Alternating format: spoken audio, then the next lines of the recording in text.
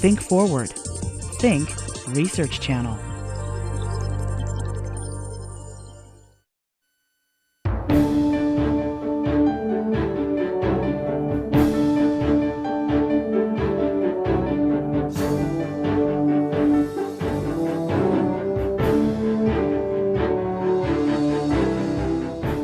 From the Hughes Medical Institute, the 2008 Holiday Lectures on Science. This year's lectures, Making Your Mind, Molecules, Motion, and Memory, will be given by Dr. Eric Kandel, Hughes Medical Institute investigator at Columbia University, and Dr. Thomas Jessel, Hughes Medical Institute investigator also at Columbia University. The first lecture is titled Mapping Memory in the Brain. And now, to introduce our program, the president of the Hughes Medical Institute, Dr. Thomas Check. Welcome to the Hughes Medical Institute and the 2008 Holiday Lectures on Science. The Institute initiated this series in 1993. In 1995, I had the pleasure of coming here and delivering the lectures on catalytic RNA. And since I've been president of the Institute, it's been a great pleasure to be involved in choosing 18 terrific scientists to talk to students here in the auditorium. The Holiday Lectures are one of more than 30 research and education programs of the Institute, and please visit our website, www.hhmi.org, to learn more about all of our activities. This lecture series focuses on the most complex organ in our body, and arguably the one that most is responsible for making us human. Clearly, without this organ, you wouldn't be able to find this auditorium, and even if you got here, you wouldn't understand a word that was being said. Clearly, I'm talking about the brain and the nervous system. The nervous system is an extremely complex and sophisticated network of cells, and we've recruited two of the best brains in the field to be our guides. Eric Kandel and Tom Jessel are both longtime Hughes Medical Institute investigators at Columbia University in New York City. In these lectures, Eric and Tom will open a window on cutting-edge research into how the brain develops and how it functions to mediate our movements, our perceptions, and our innermost thoughts and memories. It's an honor to introduce Eric Kandel to deliver our first lecture. Eric has been a longtime member of the HHMI community. He's a tenacious and insightful scientist and a tremendously engaging lecturer. He's been recognized and rewarded in numerous ways, including the Nobel Prize in Medicine in 2000.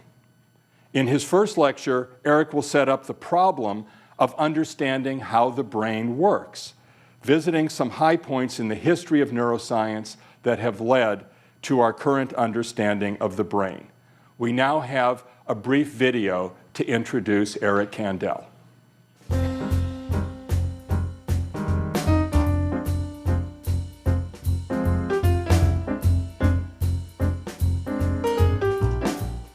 New York is heaven. I mean, I like Paris, but there's nothing like New York. And the academic scene in New York, Columbia, NYU, Rockefeller, Mount Sinai, Einstein, it's just absolutely terrific. But the release of chemical transmitter glutamate. I frankly like belonging to a university. I feel there's something uplifting about it. It's a privileged existence, and Columbia is a very nice place to work. People are very interactive with one another. They're very generous to one another. And it's been very nice to see how neuroscience has grown at Columbia since we came here. It's really a terrific community. I really love teaching, and I particularly love teaching medical students. I like the idea of being involved in the training of physicians. And when people ask me about this, I strongly encourage them to teach. First of all, I think it is essential for the scientific community to train other people. It's obvious. It's also important to learn how to organize one's thought about a topic and to be able to communicate with people who don't know the science very well. We all end up giving lectures like the holiday lectures, which are designed for a general audience. And to learn how to communicate your ideas in terms that other people can understand is very important. And teaching is very helpful for that. I hope that we excite lots of kids to realize how wonderful science is and how exciting and promising neuroscience is. And we hope we do a good job. Good morning. Thank you very much for your gracious introduction, Tom. Tom Jessel and I are delighted to have the opportunity provided by these holiday lectures to interact with you over the next 2 days. In our 4 talks today and tomorrow, Tom and I plan to give you a sampling of what the modern science of the mind is about and why it has become such a central and exciting area within biology. We begin by asking, what is mind? The major theme of the first lecture, and without doubt the most important discovery in brain science, is that the various functions of mind, thinking, feeling, acting, learning, remembering, creating works of art, are a set of processes carried out by the brain. Mind is to brain as walking is to legs, except infinitely more complex. The brain makes us who we are. It produces our every emotional and intellectual act. The brain determines our moods. It endows us with the capability for great joy and terrible misery. In his 2 lectures, Tom Jessel will discuss with you how the brain develops the capability for mental function, and once developed, how the brain controls our behavior. I will begin our discussion of mind this morning by considering learning and memory, 2 of the most magical properties of mind, because they're central to our existence. They make us who we are. They shape our knowledge. Learning, as you know, is the process whereby we acquire new information about the world, and memory is the process whereby we hold on to that information over time. Most of the information we have about the world and most of our skills are not born into our brains, but are acquired through learning. We learn the faces and names of our parents, our sibling, our friends. We learn the logic of algebra, the capability to dance, to engage in sports, to read music, to play the piano, to remember the words of the Star-Spangled Banner. As a result of this knowledge acquired by the brain during our lifetime, we are in large part who we are because of what we learn and what we remember. Moreover, tragically, specific disorders of learning and disorders of memory haunt the developing infant as much as the mature adult. Autism, attention deficit disorder, Down syndrome affect the quality of life of young people that suffer from them. At the other end of the spectrum, the normal weakening of memory age and the devastation of Alzheimer's disease haunt the elderly. Indeed, we'll learn this afternoon with our discussions with Jerry Fishback and Kate Jameson that even illnesses that begin in midlife or even earlier, like schizophrenia and depression, have an impact on memory. It's hard to think of a mental disorder that doesn't have one or another effect on memory. We've learned a great deal about normal memory from studying these disorders of memory. We've learned that memory is the glue that binds our mental life together, that without memory, life is made of a series of disconnected fragments that do not have any meaning in relationship to each other. In fact, life becomes meaningless without the binding force of memory. Imagine life without any memory. Imagine not being able to think where you were last week, last year, not being able to remember the first day you started high school. I'm going to show you an example of life without memory. Clive Waring, a brilliant musician, more than 20 years ago, suffered a serious brain infection, herpes encephalitis, that wiped out his memory. Here is a person whose life is a series of fragments. How many years have I been ill? About 20. About 20. Can you imagine what to have one night 20 years long with no dream? That's what it's been like. Just like death. No difference between day and night, no thoughts at all. In that sense, it's been totally painless. which is not something which is very desirable, really, is it? Because it's precisely like death. If you have no senses of pain, you have no sense of any kind working either. I don't remember sitting down on this chair, for example, or the settee as it is. That was unknown to me. I've never seen a human being since I've been... That's the first photograph I've seen of anybody. And who is that It's one of photograph? my sons. I can't remember his name.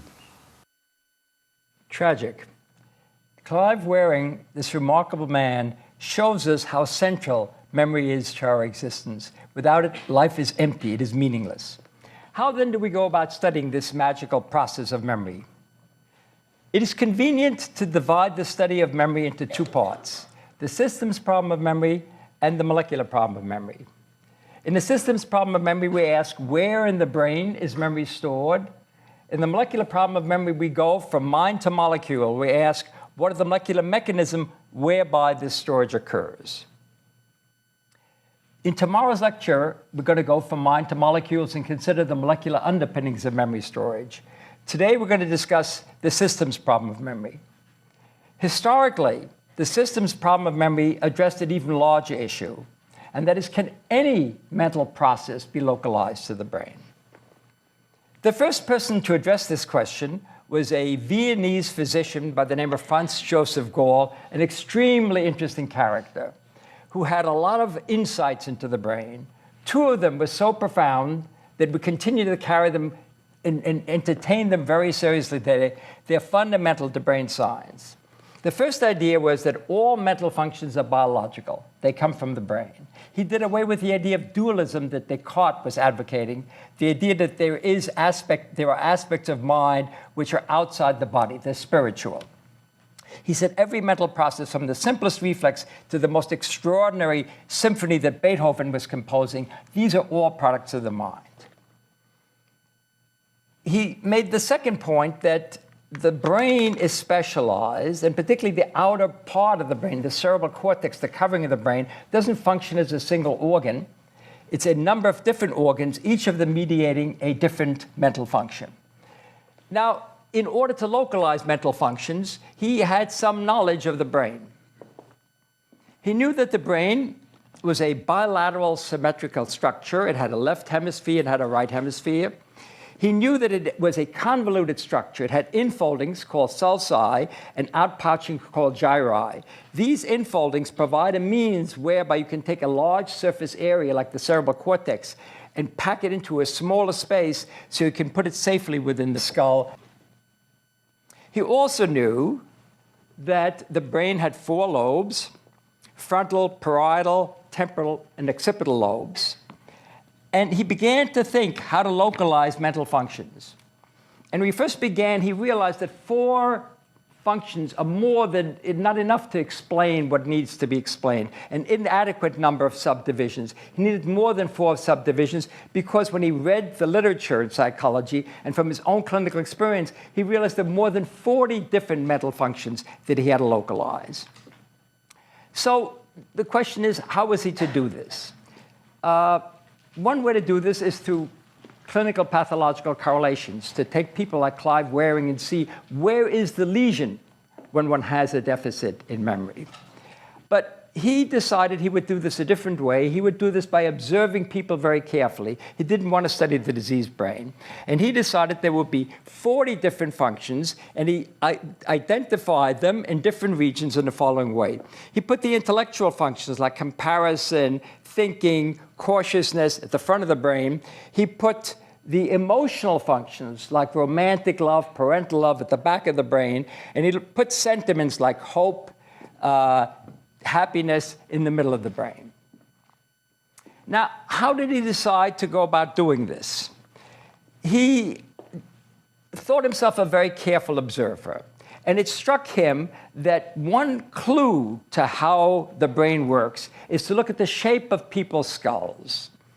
Because he was struck with the fact that people with different shaped skulls had different character structures, different kinds of personalities. And he thought that by looking at the bumps on their skull, he could get a very deep insight in how they functioned as intellectual and social human beings. The first thing that gave him a clue about this was the fact that when he looked at the brightest people he knew, both among his classmates and among his teachers, he found that they had a very prominent forehead, often had bulging eyes. And those that had a more shallow intellect had a more restricted forehead and sometimes a more prominent back of the head.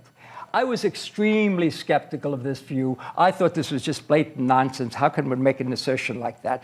But then I began to look around among my friends, and I began to explore them and look at their heads. And I found to my amazement that Tom Jessel, one of my brightest friends, had a very prominent forehead. And some of the people in our group who had a shallow a shallow intellect had a less prominent forehead. So I really began to think that maybe there's something to this. And I began to read more about Gall. How did he get to this view? And he really developed a very, very interesting theory. He thought that if you use your function, like Tom uses his intellect, that part of the brain that represents that function, for example, a function of comparison, intellectual function, that would bulk up like a muscle when you're exercising. And that would cause the overlying skull to bulge out. And this made an enormous impact. People, when they first read about this, got very excited. And I could see there might be some merit to this. May I have a volunteer? Would you consider coming up here for 1 second? Sure. What is your name? Carrie? Carrie. Would you turn around? May I examine your head? Sure. No, face that. It's clear. I don't even have to do much palpation to see extremely intelligent person. Thank you very much. May I suggest that all of you, with appropriate permission from your neighbor, turn to your right and palpate the skull of the person next to you to get an idea whom you're sitting next to. You don't want to spend the rest of your life with people that you don't know. I want to tell you, please, go ahead. I should also tell you, so you not only evaluate people for their intellectual capabilities, because after all, we make friends on more than one quality of mind, the back of the head is involved in romance. So you can get a sense of how romantic the person is sitting next to you. The French were more skeptical. The French tend to be very skeptical. And the person to really challenge this in a very dramatic way was a giant in the field, whom I like very much, Pierre-Paul Broca. He, in about 1861, so it's about 40 years after Gall, said, look, I think that all mental functions come from the brain, and I think it's very likely that mental functions can be localized to specific regions, but this is not the way to go about it, by feeling people's skulls. You have to get inside and see what's going on in the brain. And so he argued, I had thought if there were a phrenological science that is a localization of function, it would be phrenology of convolutions of the cortex, not a phrenology of bumps in the head. And therefore he suggested that mental functions could be localized to specific regions, but by correlating clinical pathological information. So he thought that if one examined people with specific disorders of brain function, see what symptoms that produces, one would really learn something. And he began to look around, and he decided he would study aphasia, a disorder of language, because he thought this was the highest mental function. If you get any insight into the biological base of language, you'd have a real insight into mental processes. And soon after he became interested in it, he came across a fascinating patient, Le Borgne. Le Borgne had an extremely interesting disorder of language, an extremely interesting aphasia, in the sense that he could understand language perfectly well, but could not express himself with language. Now, you might think this is a paralysis of the vocal cords, but it was not. He could whistle a tune perfectly well. He could hum a tune very well. Moreover, he could not express himself in language in writing. He simply could not express himself in language, even though his understanding of language is perfectly well. When he died and came to autopsy, Broca found that there was a lesion in his brain, at the front of the brain. He was now in a peculiar situation. He discovered this lesion in the front of the brain, and he wanted to name it. He wanted to write a paper about it. He wanted to discuss it with people, and he didn't know what to call it. So in all modesty, he ended up naming it after himself. What choice did he have? He called it Broca's area. He then collected 7 other patients that had a similar aphasia, difficulty in articulating language, but not a difficulty in understanding it. And he found that every one of those patients had a lesion in the front of the brain. And in each case, the lesion was on the left side. And this caused him to enunciate really one of the great principles of neuropsychology. Nous parlons avec l'hémisphère gauche, he said. We speak with our left hemisphere. This is really one of the profound insights. And I should point out when I'm speaking about Broca, this is the first person who really developed neuropsychology, the first person to take psychological data and neuroscience data and put it together. This galvanized the scientific community. People got extremely excited. They began to believe that something is real about localization of function, and they could study it specifically in experimental animals as well as in the human brain. And Fitz and Hitzig, 2 German scientists influenced by Broca, began to stimulate the surface of the cortex. And they found that there is a strip we now call the motor strip right behind Broca's area, also toward the front of the brain, in which movements are represented in a very systematic way. So if you stimulate a certain area, you activate the face, you stimulate a nearby area, the arm, further medially, the leg. We really were making progress in localization of function. And then another genius came along, Carl Wernicke. Person not dramatically older than you, was about 24 years old when he began to make this extraordinary contribution. He just graduated from medical school. In those days, one graduated from medical school quite early. He was in Breslau, Germany at that time, an extraordinarily gifted guy. He encountered a patient who had aphasia that was the mirror image of the aphasia that Broca had described. Wernicke's patient could articulate language, but could not understand it. When Wernicke's patient died and came to autopsy, Wernicke found there was a lesion at the back of the brain. Again, he was in the awkward position. What was he going to name this green region at the back of the brain? He had a precedent, Broca's modesty, so in all modesty, Wernicke named it after himself, Wernicke's area. Now, Wernicke was an extremely thoughtful human being. He looked at this and he said, look, Broca's area concerned with the expression of language, sort of like a motor function, is in front of the motor area.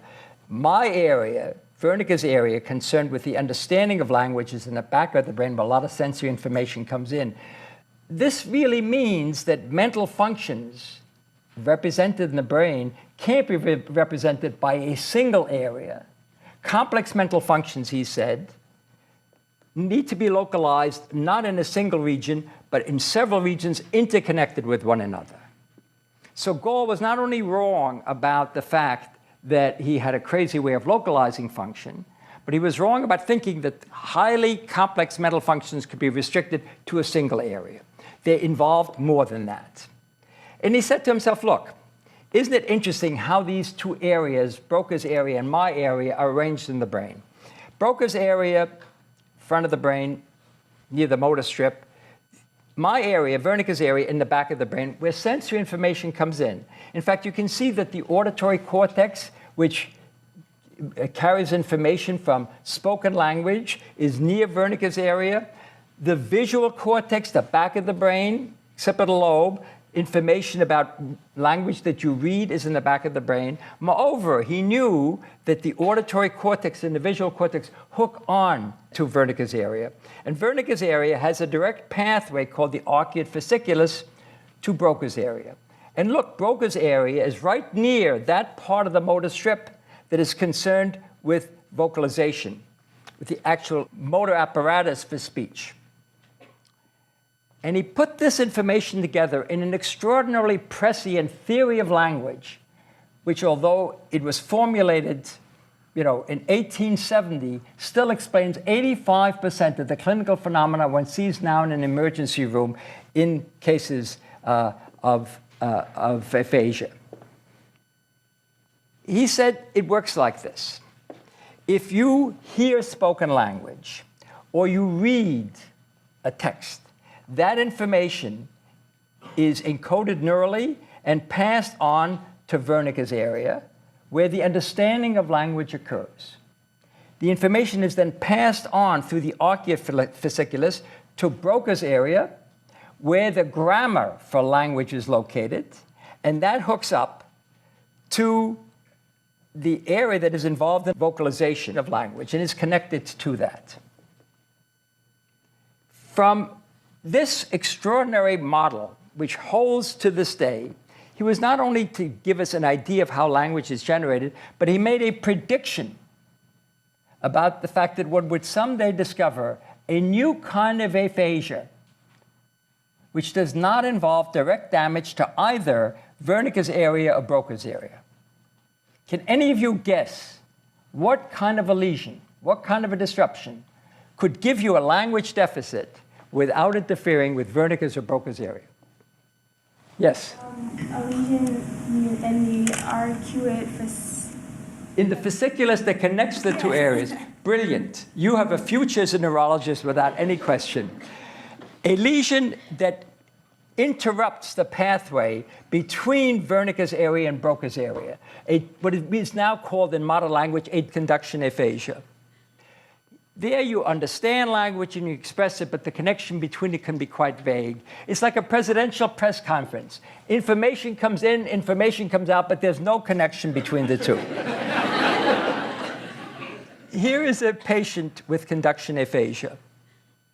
And when we were getting ready to start this videotape, the producer asked us to count to 10. Remember that? Yes. Can you do that again? Why? 1, 2, 3, 4, 5, 7. Boing to Gabby people. Go. I can't. No, that's really hard. Let me get you started. I was stunned. Okay.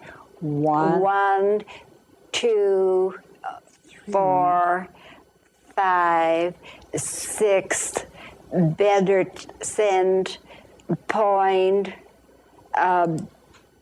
Good enough. Let's. Is that all right? That's fine. What is so interesting about this lady is she clearly is very intelligent, and she clearly understands the instructions, and she clearly can express herself in a very good way. But you could see how after a while she completely disconnects what she wants to do, what she's heard she should do, and what she actually does. What also came out of this is that we now understand from Wernicke and Broca's work how important the left hemisphere is for language.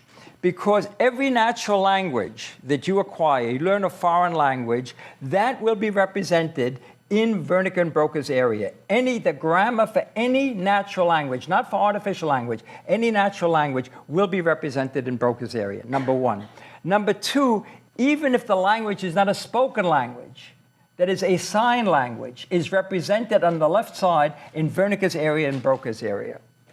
So if you have a defect in Broca's area and you sign, let's assume you're a deaf person, you will not be able to sign. You will be able to understand other people signing because your Wernicke area is intact, but you will not be able to sign yourself because the Broca area on the left side handles all languages, including sign language. What about the right area? The right area is not involved in the logic of language. It's concerned with the intonation of language. Now, when we speak to one another, we communicate affect, emotion.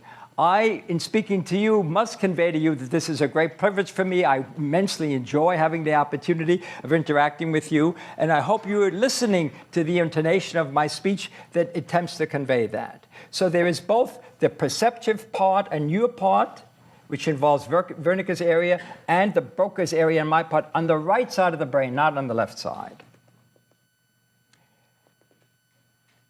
So this raises the question, we've localized language, we've localized the motor strip, we know something about the right hemisphere. Are all mental functions, can they be localized in the brain? Can we localize specific areas for faces? Are there specific areas that are involved in our personality that make you who you are? Are there areas in the brain that are involved in social interactions that might be defective in autism? I think the answer is we're beginning to identify areas involved in all of these. I'm going to give you one example, but we can discuss the other examples later on. In the early stages, until around 1950, almost everything we learned about the human brain and about mental function came from studies of patients with one or another disorder and from studies of experimental animals. But a major revolution occurred about 20 years ago that made it possible to study people like you and me, intact, behaving subjects, awake, responding to certain tasks, looking at objects, examining objects, and this was through imaging experiments. For example, with functional magnetic resonance imaging, a normal person, this is absolutely painless, can lie in a scanner, and when they do a particular task, that area becomes active, it fires action potentials, it becomes more active.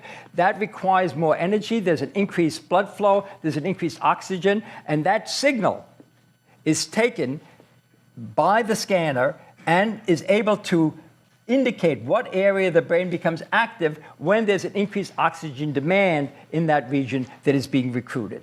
And Nancy Canrish, whose image I show here, was one of the pioneers in this area, and she was the first person to define a specific area that responded selectively to faces. We now know from her work and from Marge Livingston's work that there are several areas that respond to faces and process different aspects of faces. In the monkey, you can see similar areas. You can see it, but with imaging, you put an electrode into any one of these areas, 95 to 97% of the cells respond to faces, brrr, like that, if they look at Tom Check's face. They respond to nothing else but faces.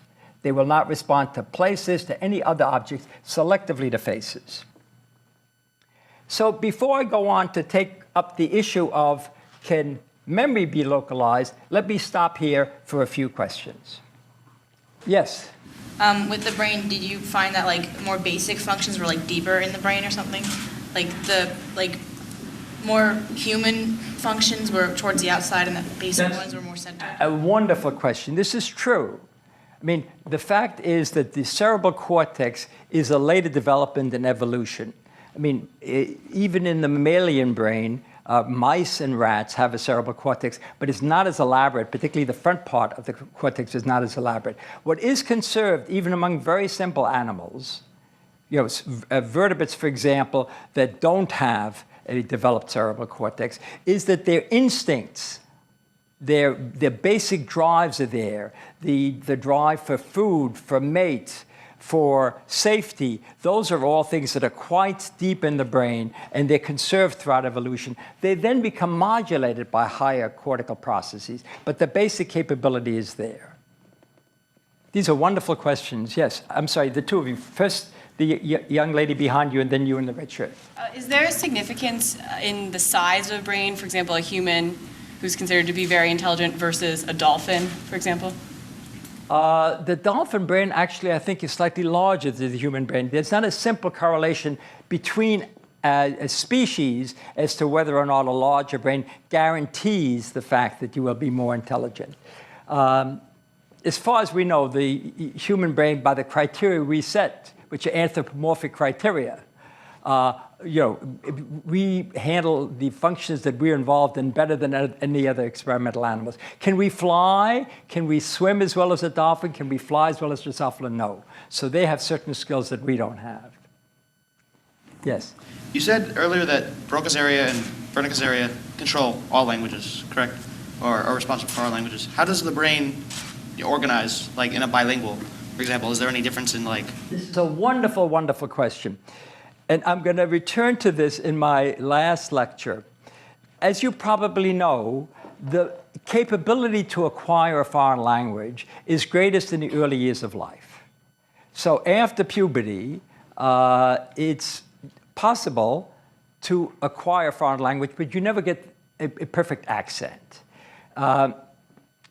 If you acquire the language early, let's say simultaneously, it is in both languages that you acquire, if you're bilingual, are represented in the same Broca's area, just intermixed.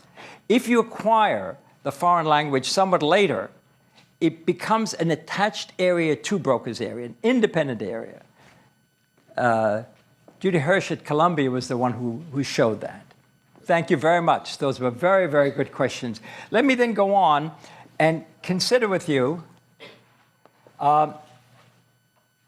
the issue of memory. So by the middle of the 20th century, even before imaging, one had a fair amount of confidence that many mental functions could be localized to specific regions in the brain, and that raised the question, where in the brain is memory stored? Many people thought that memory is not like vision, hearing, even like language. It's such a diffuse mental process that is usually connected to motor skills, it's usually connected to perceptual skills of various kinds, that is likely to be very diffuse. And in fact, Carl Lashley, professor at Harvard, supported this notion. He ran a series of experiments that showed that memory is a diffuse property of the cerebral cortex. And the experiments were of this sort. He would run a rat through a maze that had a lot of blind alleys to get to a goal where the animal was given a food reward. And with a number of trials, it ran this very rapidly and very successfully. He then began to remove small pieces of the cerebral cortex, and he found that small lesions had no effect, irrespective of where he took the lesion from. So there was no region that seemed to be specialized for maze learning tasks. Only when he began to take large parts of the brain, and again, irrespective of where he took it from, did he interfere with his task. So small lesions had no effect whatsoever, large lesions had an effect. This caused him to argue that memory could not be localized to any part of the cerebral cortex. People were skeptical. They thought there were some weaknesses to his experiments. And there were two aspects of it that were particularly focused in on. One is he focused only on the cerebral cortex. We know there are a lot of structures, as came out in the questions, deep in the brain. Maybe some of those structures are involved in learning and memory, number one. Number two, rats are very smart, and they can use a number of different strategies for learning a maze. So if you deprive them of their vision, they'll use tactile cues, they'll use their sense of smell, they'll use other strategies in order to get there. So using a maze is not such a terrific task if you want to focus in on specific location of memory. The person who helped us the most in understanding memory research was Wilder Penfield, another giant in bringing psychology and brain sciences together. Penfield ultimately went to the Montreal Neurological Institute and developed an institute concerned with the cerebral cortex in people. He was a brilliant neurosurgeon, and he focused in on a particular kind of epilepsy, a cortical epilepsy, due to scar tissue in the cerebral cortex. When people are in severe accidents, when they have a severe brain concussion, for example, automobile accident, a football game, a bicycle accident, they not infrequently are left with a concussion that leaves them with a scar on one or another part of the brain. That scar can give rise to seizure activity, and that seizure activity sometimes can be controlled with medicine, but sometimes not, in which case you have to excise it. And Penfield was the first person to develop systematic ways of excising this. He realized that the brain has no pain receptors. So if you infiltrate the scalp with a local anesthetic, you could expose the scalp, you could open up the scalp, open up the skull, expose the brain, and have an intact, behaving patient who could talk back to you as you stimulated his brain. And you could stimulate Wernicke's area and Broca's area, make sure you don't damage any of those areas in the process of doing this operation. And he found that when he stimulated certain parts of the brain, that he got certain predictable results. So for example, when he stimulated a part of the somatosensory area, he got a transient response of tactile sensation. Patient would describe tingling in the thumb, for example. If he moved the electrode to the motor cortex, he could get protrusion of the tongue or other kinds of motor movements. But when he suddenly found, when he stimulated the temporal cortex, that he didn't simply get a transient response, he got a full-blown memory. People recalled earlier experience in the most marvelous way. One patient recalled, this particular patient, hearing orchestral music. He heard a song that he loved from his high school days. It was so real and vivid to him that he was sure that Penfield had turned on a phonograph, because otherwise he wouldn't hear it that clearly. The first patient that Penfield ever operated on was a woman who recalled the birth of her first child if it was happening at the moment. All the pleasures involved in that. And it was just extraordinary. She forgot the pain. She just remembered the pleasure. And when he mapped together the regions involved in these experiential responses, they all mapped out to the temporal lobe and to a region deep to the temporal lobe, which also gave very powerful experiential response, called the hippocampus. This is a region that lies just below the medial temporal lobe. I was a medical student at the time he was doing this, and you cannot imagine the excitement he produced in the medical community. Larry Kuby, a teacher at Columbia, a very gifted psychoanalyst, also a good neurologist, ran up to Montreal, tape recorder in hand, because he was sure Penfield had discovered Freud's unconscious mental processes. People were recalling memories they hadn't thought about for years. A number of neuroscientists were skeptical. They thought that maybe he was eliciting some sort of an aura related with seizure activity in these patients. But the whole view of medial temporal lobe and hippocampus changed with the famous patient HM that some of you may have heard about. HM was 9 years old when he was knocked over by somebody riding a bicycle. That gave him a bilateral concussion on the temporal lobes, which gave him scars on both temporal lobes. He developed epilepsy, and that epilepsy was well controlled for many years. So he was able to finish elementary school, he was able to go to high school, he was able to start work in an assembly plant. But by the time he was about 22 or 23, the seizures could no longer be controlled with medicine. So he was living in New Haven. He went to a surgeon by the name of Scoville, William Scoville, who was very much influenced by Penfield. And Scoville operated on him and removed the scar tissue from the temporal lobe, and he felt he had to go deeper to that, to the hippocampus, because some of the scar extended to that. This is the first time that both sides of the temporal lobes were significantly removed in an operation. Penfield only removed one side because he had only dealt with scars on one side. As a result of that removal of the medial temporal lobe and the hippocampus, HM has been without seizures. A friend of mine saw him a year and a half ago. He very rarely has a mild seizure, beautifully controlled with medication. But he was left with the most devastating memory loss, similar to Clive Waring, as a result of this procedure. Scoville was besides himself. He was extremely upset. He called up Penfield and told him about this tragedy. And Penfield understood, and he said, you know, we knew the temporal lobe was important for memory. I'd never had experience with bilateral removal. What we should do is to have Brenda Milner come and study this patient. Brenda Milner is a very gifted psychologist. She'd studied all the patients that I, Penfield, have worked on, and she's extremely familiar with memory and medial temporal lobe. So Brenda Milner came down, and she, of course, confirmed that HM had a tremendous memory deficit, but she was able to also detect that there were aspects of memory storage that were perfectly intact. To begin with, HM had perfectly good memory for things that occurred prior to the surgery. So he remembered, as you and I do, the childhood traumata of our lives. He remembered going to elementary school. He remembered going to high school. His intellectual function was the same. His IQ was unaltered. He remembered everything that happened prior to the operation, which indicated to Brenda Milner that long-term memory, long periods of time, are stored in other parts of the brain. We think these are stored in the cerebral cortical areas that process the information as it comes in. Number one. Number two, she found that he had a perfectly good short-term memory. So if you transiently introduced him to Tom Jessel, he could focus on Tom Jessel and remember Tom Jessel's name as long as he repeated it.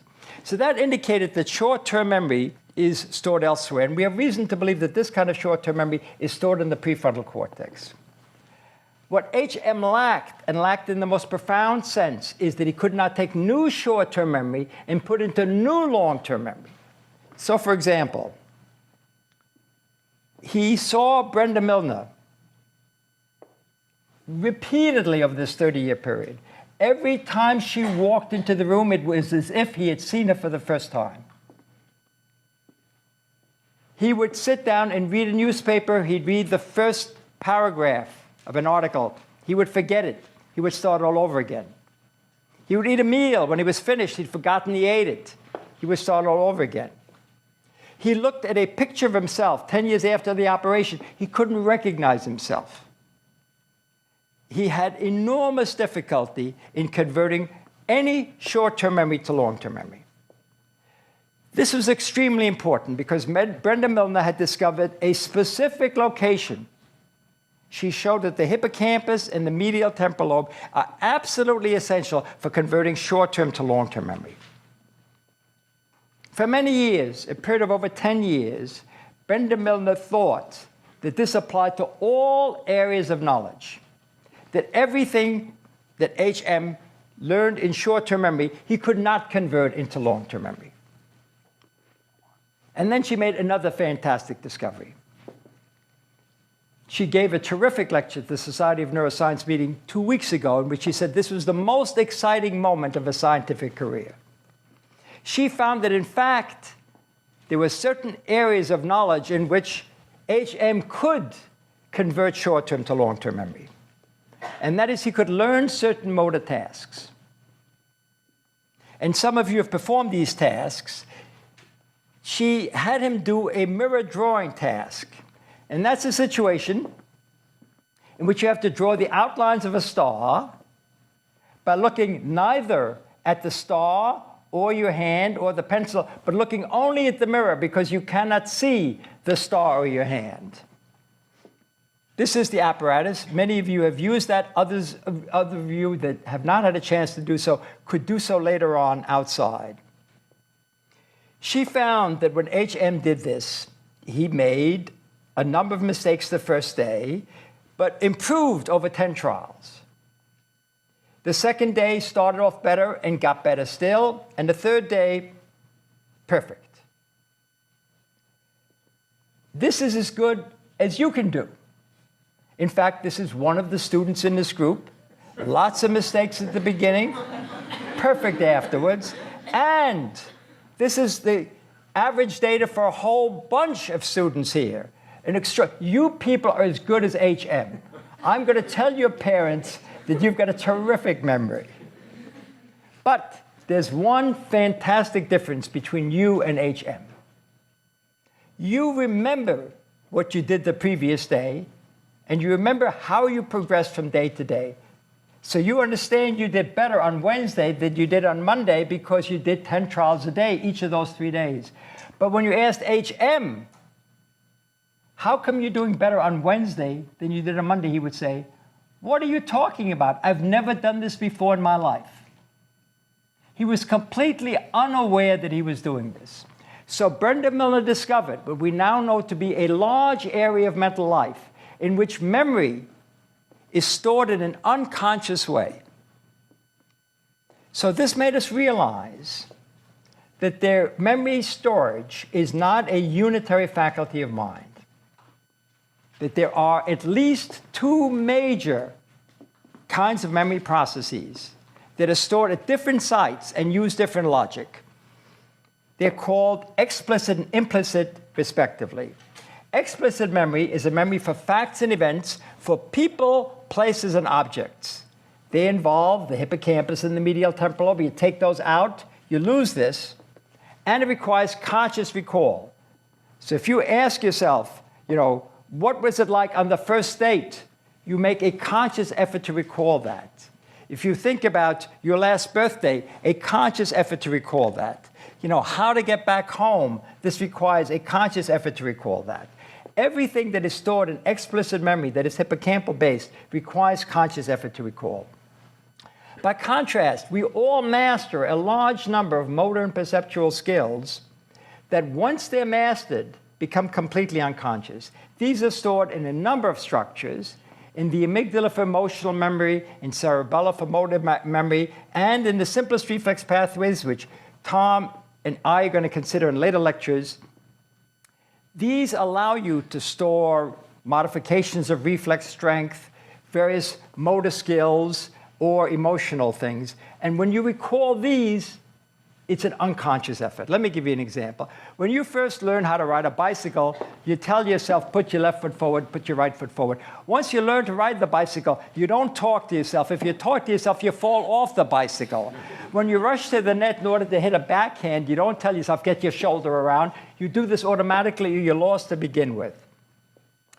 What is amazing, what is absolutely amazing is how much of explicit memory, once it's mastered, moves into implicit memory because it's more efficient. I am to this day amazed how much is carried out in memory implicitly. Some of the most remarkable creative skills, after a while, move into implicit memory. Let me show you what I think is an extraordinary example. This is Clive Weary.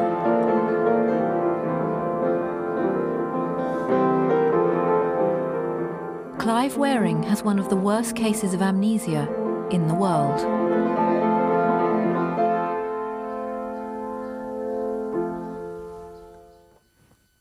I know what it's like to be dead now. Day and night the same, blank. No difference between dreams or anything like that, no senses at all. The brain has been totally inactive. No dreams and no thoughts of any kind whatever. Clive was a renowned conductor living in London when he was struck down by a virus in 1985. Parts of his brain were completely destroyed, including his memory. However, his ability to play music is unaffected. Do you feel different when you play music? I've never heard a note since I've been ill. I don't know what it's like to play music when you're unconscious. You played us some music about 2 minutes ago. Not known to me. Totally unknown. I've never heard a note yet. Let me step back and summarize what we've covered so far. We began by asking, can any mental process be localized to specific regions of the brain? And we saw that the answer was yes. But it's not a simple view. It's not that mental processes are localized to single regions in the brain. They involve the Wernicke scheme. They involve several areas that are precisely interconnected. And we're going to hear more about that in the subsequent lectures. We then asked the question, can memory specifically be localized to regions of the brain? And again, the answer was yes. And again, the result is sophisticated.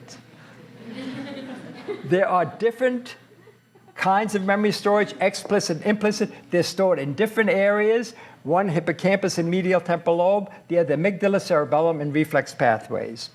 Clearly, we next want to know, and several of the questions already directed our attention to this, how do these regions that are involved in memory storage, how do they develop? How do they come to represent memory? And we're going to learn about that in the next couple of lectures, so please stay tuned to what Tom Jessel will have to say to you.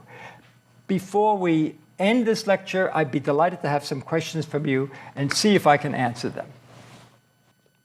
Yes? You said that the implicit mind is also responsible for emotional responses. I was wondering if HM was able to show any capabilities with emotional responses. Yes, he does show. For example, if you show him frightening images, he shows an increase in heart rate. Patients like this will show this.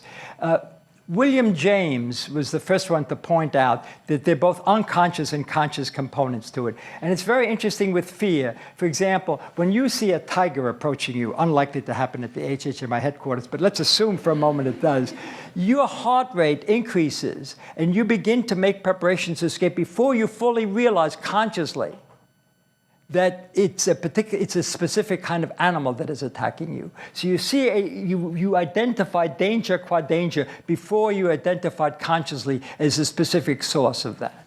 Sir? What sort of roles do stem cells play in acquiring memories, specifically implicit? This is a very interesting topic. There are stem cells in the hippocampus that continue to divide throughout much of life. They decrease as animals get older. And their role at the moment in memory storage is unclear. It's a bit controversial. So if you irradiate this region and selectively knock out those cells, lots of memory tasks, hippocampal-dependent memory tasks, are intact. Certain kinds of tasks, working memories, are in some cases even improved, as if these new cells might serve as an inhibitory constraint. There are some memories, spatial memory, that are slightly affected. What is most clear from the studies that are now available, and maybe we'll discuss this afternoon, is for reasons that one doesn't still understand, antidepressant medicine produces some of its therapeutic effects through these neurogenic cells in the hippocampus. If you knock that region out in a number of different ways, the selective serotonin uptake inhibitors, for example, which are very effective antidepressants, lose their effectiveness. And a colleague in my lab has carried out experiments in which she's done sort of a mouse equivalent of psychotherapy. It also loses its effectiveness. So it seems to have some role in overcoming emotional states, but not a dramatically clear role in memory per se. But it's still an early phase in studying the relationship between memory and hippocampal stem cells. I remember reading a study before about songbirds that learned songs. They would have the parts of the brain that remembered songs become denser, indicating that there was neural growth. Does that mean that people who had lesions there, who had damage from the brains, if they were to work on it for long periods of time, could they regain some of their abilities? That's a terrific question. First of all, the songbird has an unusual growth capability. And Fernando Naderbaum has described this. And in certain birds, it comes in with almost each year as the bird reacquires its singing capability. But the point that you make is that when there is a lesion of the brain, can other brain areas begin to compensate is without doubt true. And the most dramatic example of that is that when a person has a stroke and becomes paralyzed, for example, in their left arm, a current strategy that's proven very effectively is to tie up the right arm and force the person to use the left arm. So the residual brain that can in any way still control that movement, its power would be enhanced. And we will discuss mechanisms whereby this enhancement would occur in later lectures. So I've been asked to wrap up the discussion. Let me thank you all very much for being so attentive and for your questions. Thank you very much.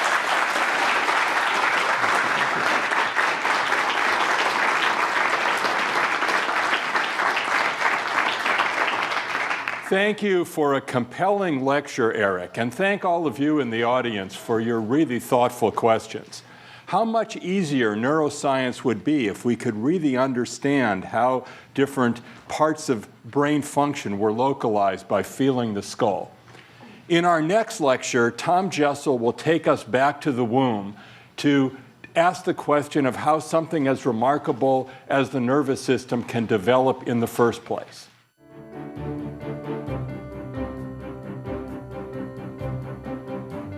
This program was brought to you by the Howard Hughes Medical Institute. For more information or to order DVDs of the lectures, go to www.holidaylectures.org/RC.